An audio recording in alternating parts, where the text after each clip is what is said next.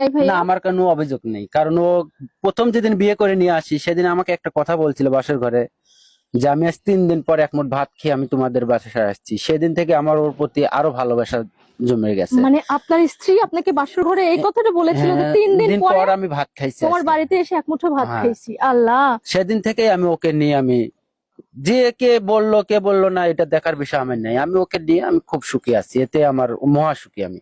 ভালোবাসার মানে এক একজনের কাছে এক এক রকম, প্রেমের এক একজনের কাছে এক এক রকম উপাখ্যান। আজকে দেখাবো এক অন্যরকম প্রেমের গল্প। প্রিয় দর্শক, প্রতিবন্ধী অর্থাৎ পাগল স্ত্রীকে নিয়ে দীর্ঘদিনের সংসার, এই এক ভালোবাসার মহানুভবতা বলতে পারেন। আজকে আমরা তাদের জন্য কিছু করতে পারছি, এর জন্য আলহামদুলিল্লাহ।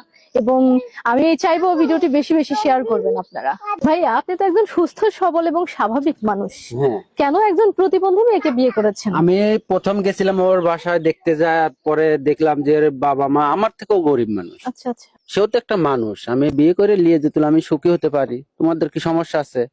শান বলছে যে না, তুমি যদি সুখী হতে পারো তাহলে তুমি বিয়ে করতে পারো। হুম। আল্লাহ দোয়া, বিয়ে করার পরে আল্লাহ আমার একটা ছেলে দিল, তারপরে আচ্ছা একটা মেয়ে দিছে। আচ্ছা আচ্ছা। এতে নিয়ে আমি খুব সুখী তার আছি। মানে আপনাদের দাম্পত্য জীবনে একটা ছেলে এবং একটা মেয়ে। আমার বিয়ের বয়স 5 বছর। একজন প্রতিবন্ধী অর্থাৎ পাগল স্ত্রীকে নিয়ে সংসার করা কিন্তু চারটেখানি ব্যাপার না। আপনি যেহেতু সুস্থ স্বাভাবিক হ্যাঁ, একজন মানুষ, কিভাবে মেনে নিয়ে কিভাবে সবকিছু আল্লাহ ঠিক করে আমাকে অনেক রেখেছেন? ধৈর্যশীল দিছে। আমি আল্লাহর কাছে অনেক করি যে আল্লাহ আমাকে যেন আরো ধৈর্য দেয়, এর মতন মানসিক আমি যদি পাইলে করে যদি আমি চলতে পারি, এইতে আমি খুব কখনো মনে হয় না যে না, আমার কিচ্ছু